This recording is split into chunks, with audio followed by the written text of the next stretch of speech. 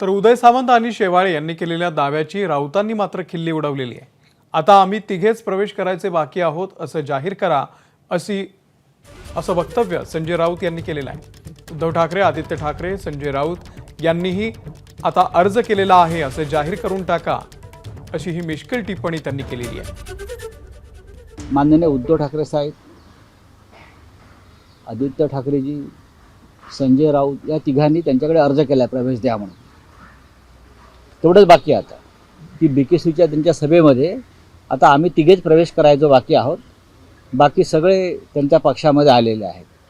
हां, हे बाळासाहेब ठाकरेंचं नाव सांगतात, त्यांना लाजा वाटला पाहिजे।